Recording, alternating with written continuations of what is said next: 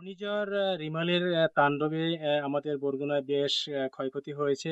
তো আমাদের বরগুনা জেলায় মোট 673টি আশ্রয় কেন্দ্র ছিল। সেই 673টি আশ্রয় কেন্দ্র খুলে দেওয়া হয়েছিল এবং সব আশ্রয় কেন্দ্রটি অসহায় মানুষ যারা নদীর পাড়ে রয়েছেন তারা আশ্রয় নিয়েছেন। কিন্তু আমাদের বরগুনায় বেশিরভাগই বেশিরভাগই নদী। তো নদীর পাশে যারা বসবাস করেছিলেন তারা অনেকেই নদীর পাড়ে থাকতে পারেন নাই, সবাই আশ্রয় কেন্দ্র এসেছেন। কিন্তু আরেকটা বিষয় আপনাদেরকে জানিয়ে রাখি যে ঘূর্ণিঝড় রবিবার রাত 10টা থেকে সোমবার বেলা 2টা পর্যন্ত এক নাগাড়ে চলছে। সেই হিসাবে আমাদের বরগুনায় বেশ ক্ষয়ক্ষতি হয়েছে এবং রবিবার থেকে এখন পর্যন্ত অনেক এলাকায় এখনো বিদ্যুৎ নেই।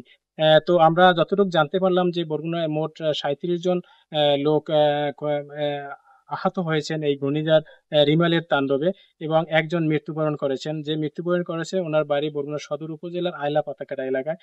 তো আমি এই মুহূর্তে রয়েছি বরগুনা সদর উপজেলার বাঁশবুনি এলাকায়। তো আমি আপনাদেরকে দেখাতে চাচ্ছি যে বাঁশবুনি এলাকার যে মেইন সড়কটি, সেই মেইন সড়কটি ঘূর্ণিঝড় রিমালের তাণ্ডবে সেই মেইন সড়কটি কিন্তু জনবিপন্ন রয়েছে এবং এখান থেকে এখন মানুষ চলাচলে বেশ সমস্যা হচ্ছে। তো আপনারা দেখতেই পাচ্ছেন যে এখন মানুষ এখান থেকে যাতায়াত করতে খুবই সমস্যা হচ্ছে।